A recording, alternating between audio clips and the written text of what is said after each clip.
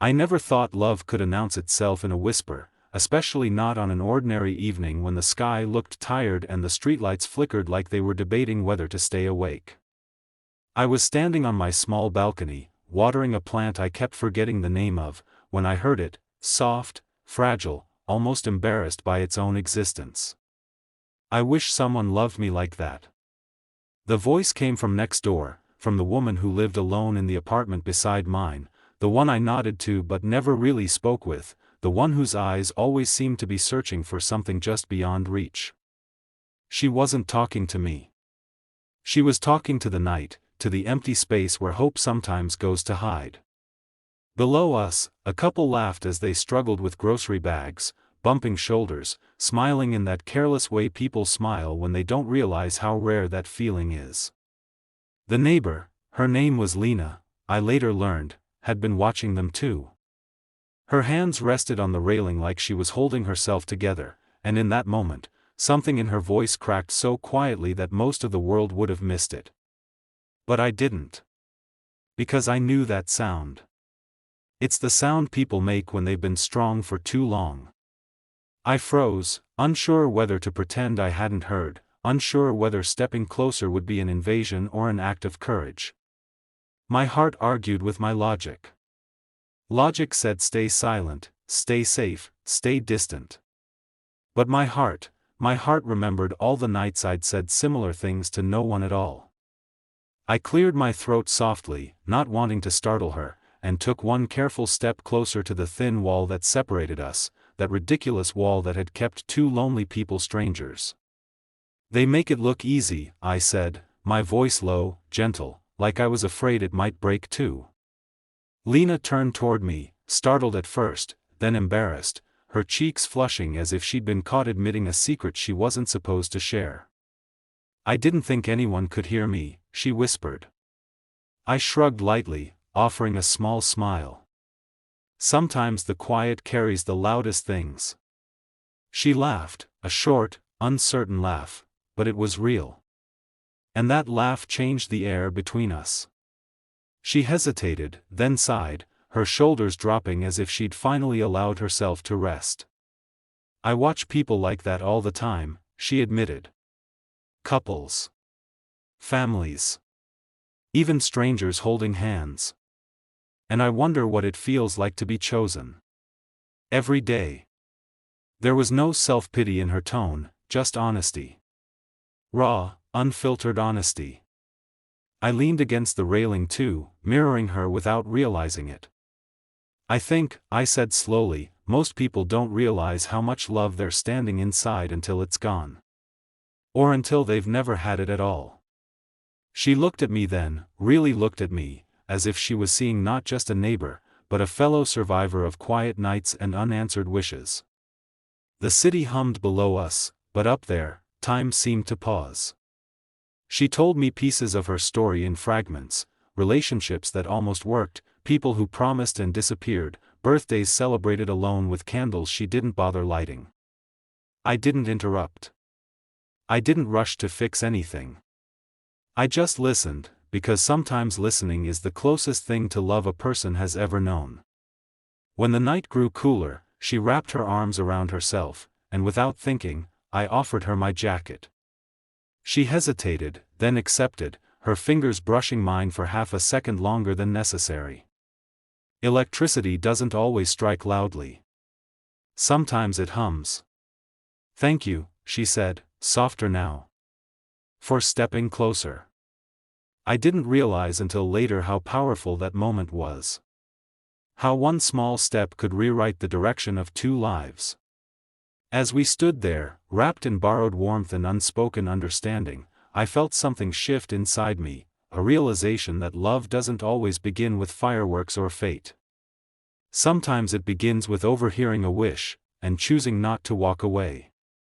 Before we went back inside, she looked at me and smiled in a way that felt like hope trying again. Maybe, she said, someone will love me like that someday. I met her eyes and replied, honestly, maybe sooner than you think. And as I closed my door that night, my heart louder than it had been in years, I knew this was only the beginning, the days after that night felt different, like the world had quietly shifted its weight and settled into a new balance I wasn't used to yet. I started noticing Lena in the small details of my routine, the sound of her door opening just before mine in the mornings, the faint music she played while cooking, the way she paused on the stairs as if hoping someone might walk beside her. And this time, I did. What began as simple hellos turned into shared coffee on the front steps, then late conversations that stretched until the stars thinned out and dawn crept in unnoticed. She spoke more freely now, not because her loneliness had vanished, but because it finally felt seen. She told me about how she learned to make herself small in relationships, how she loved deeply but quietly, afraid that wanting too much would make people leave faster. I told her about my own silences, about how I learned to be independent not because I wanted to be, but because no one ever stayed long enough to share the weight. Somewhere between those confessions, something fragile and beautiful grew, not rushed, not forced, but steady. One evening, rain trapped us under the narrow shelter by our building, water drumming around us like the world urging us closer, and she laughed as she realized how easily she leaned into my shoulder. She didn't pull away. Neither did I. It felt natural, like a memory rather than a first time. Weeks passed, and the city became our witness: bus stops, grocery aisles, quiet parks where we sat close enough for our hands to brush, testing courage. But love, I learned, isn't just warmth. It's fear too. One night, Lena grew quiet again, her old shadows returning, and she whispered that she was scared this was just another moment she'd replay alone someday. I didn't rush to reassure her. I took her hands instead, grounding her in the present. I stepped closer that night, I said, because I didn't want to be someone who heard a wish and did nothing. I'm still here.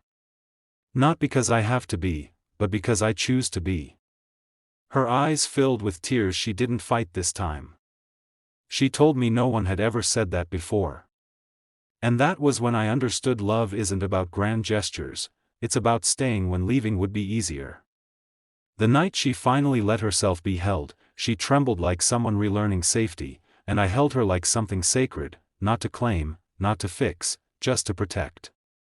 Seasons changed, and so did we. Her laughter came easier. My walls softened. We became proof that timing isn't cruel, it's precise. One quiet evening, months later, we stood on the same balcony where it all began. Below us, another couple passed, laughing, careless with joy.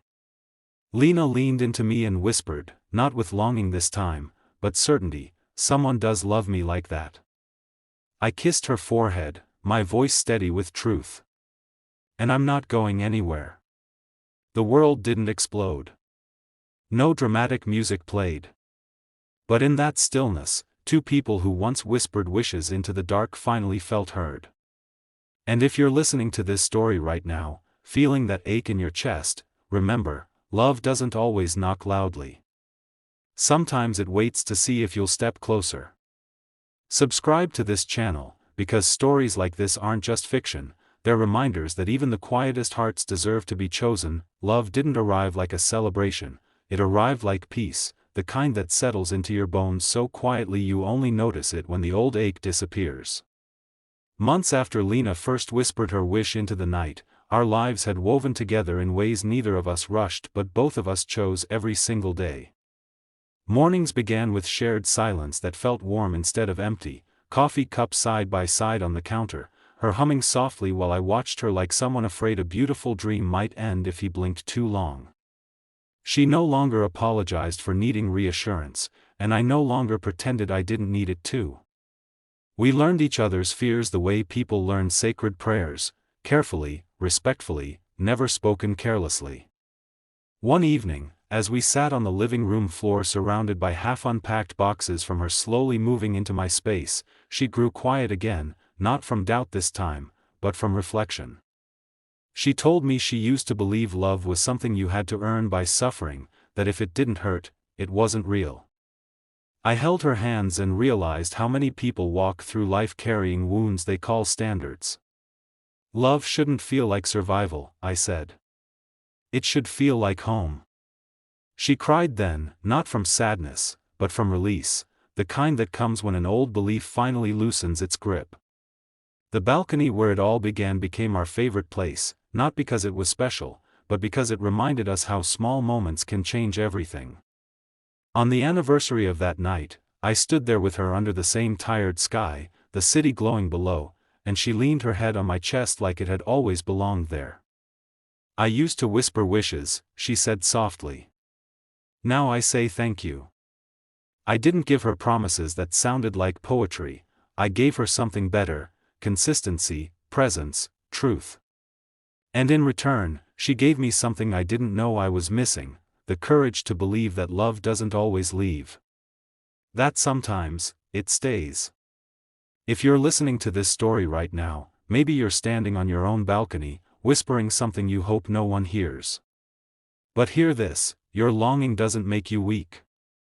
Your hope doesn't make you foolish. Sometimes, all it takes is one person brave enough to step closer. Subscribe to this channel for more stories that remind you, you are worthy of love that feels safe, steady, and real.